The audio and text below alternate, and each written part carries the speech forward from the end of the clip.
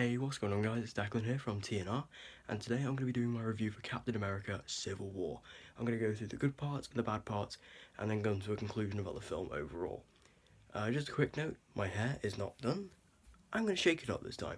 So anyway, let's get into the good parts of Captain America Civil War, and I think the best part that we could start off with is the characters. Now each actor played their famous characters perfectly. I thought they all did it really, really well. And you know, I think they were all fantastic together, and when they're all together doing the conflict, it just works really well and it meshes really well. And I think that really shows with the actors' chemistry, and it's more between other actors than some others. But you can tell which actors are really good together and which ones are not. Um, but anyway, talking about conflict. Conflict is another thing I wrote down as a good part. Mainly the conflict really sort of builds up from previous films, mostly Avengers Age of Ultron. I would highly recommend you watch Age of Ultron before you watch Civil War, because there is a lot of Civil War build up in Age of Ultron, and that conflict really comes to a rise in Civil War. And that is one thing you should know. It's obviously mainly between Tony Stark and Steve Rogers, who just completely clash in this movie, and it works brilliantly. You really saw that bit in Age of Ultron, the log chopping scene. The conflict was really getting tense in that scene, but luckily Tony Stark had to go and fix the tractor for Clint, and Steve got to burn off. But you know, this you really see the impact of these strong personalities being together for such a long time, and that was really well put together. I thought it was really interesting to see. Another thing I put down was the airport battle. This is probably the best scene ever in a superhero movie that we've ever had. It is fantastically, like you know, fantastically shot. Everything is in frame, and I found that really impressive. Everything is in frame, in structure. All the characters were perfect. Everybody had their own role to play, and it was so good. It was just a dream come true to see. So brilliant to see Team Cap and Team Iron Man just running at each other, and then they all fight each other individually, and it was so brilliant to see, honestly. Now the characters in that scene, I've already spoke about the characters and how brilliant they all were, but we need to talk about two characters specifically. So, Black Panther, he is brilliant in this movie. So good. I'm so hyped for a solo film. He was such an interesting character. About his backstory in Wakanda. Like, he was so interesting. And, I really want to see more of T'Challa because he looks fantastic in this movie.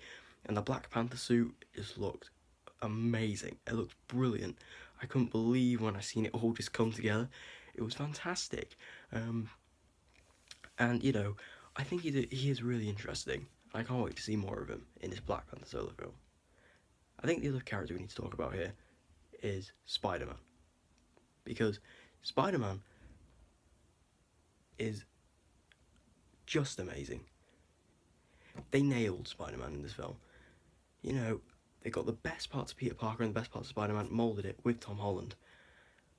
It was just brilliant. I couldn't believe it. Like, he's so good. Like, he's so quippy, and that's what Spider-Man needs. He was just brilliant. He really, really was. Now, the bad parts of the film, Baron Zemo. What an awful villain. He was awful. He made no sense in the plot. And by the end you do kind of get what he was doing, but it's never really explained fully. And like the Winter Soldier project, that was actually an interesting plot point, but then they completely scrap it and it never comes to fruition. And you're sort of like, well, that was completely wasted. Why get as interested and then just leave it? But whatever, what can you do? I don't think he's a good villain by any stretch of the imagination. I think he's one of the worst Marvel villains, probably the second worst actually. Not quite as bad as Malekith from For the Dark World, but probably below him, to be honest. He was not good Baron Zemo at all. He didn't even look like Baron Zemo whatsoever. And he was just stupid. He was really stupid.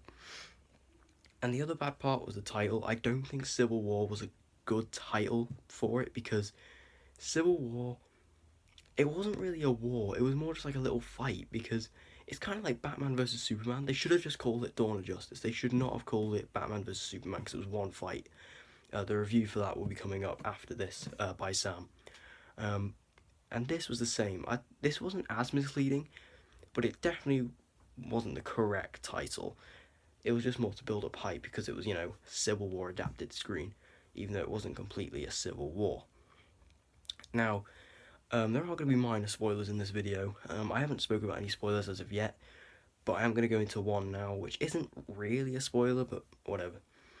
So all you need to know is that Civil War is an amazing film. I think it's one of the best MCU films, maybe not the best, but one of the best, and is also my personal favourite film of the year so far.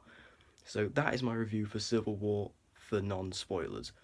Now, I'm only really going to talk about one spoiler, which isn't even really a spoiler, and it's that I was really disappointed in Civil War by the way that nobody died. Nobody died, and I really thought someone was going to. I didn't think it was going to be War Machine because it was just too obvious, but I really thought Hawkeye could have died. Falcon could have died. This is just, typical YouTube quality here. Yeah, I thought Hawkeye could have died. Falcon could have died. One of the two main heroes could have died. But it just never happened, and I was just sort of like, well, that's a bit weird. And unfortunately, I think Marvel need to not be afraid to kill off characters, because if nobody dies in Infinity War, I'm just not going to care about the characters, because I know there's going to be no stakes. There is no stakes to these characters. And that's just a shame, because they really need to give these characters a real sense of fate and, a real sense of danger, because otherwise the audience isn't going to get invested in your characters. And I just think they need to realise that. And yeah, I guess you could say, well, Quicksilver died in Age of Ultron, but we didn't really know Quicksilver at that point. And, that Quicksilver was just not a great character, especially compared to the one in Apocalypse, X-Men Apocalypse, and Days of Future Past. The Fox Quicksilver is just amazing. So that was just the one spoiler I kind of wanted to talk about. So overall, Captain America Civil War is such a good movie. It's so good, it's so enjoyable, so fun, and it's literally the definition of summer blockbuster.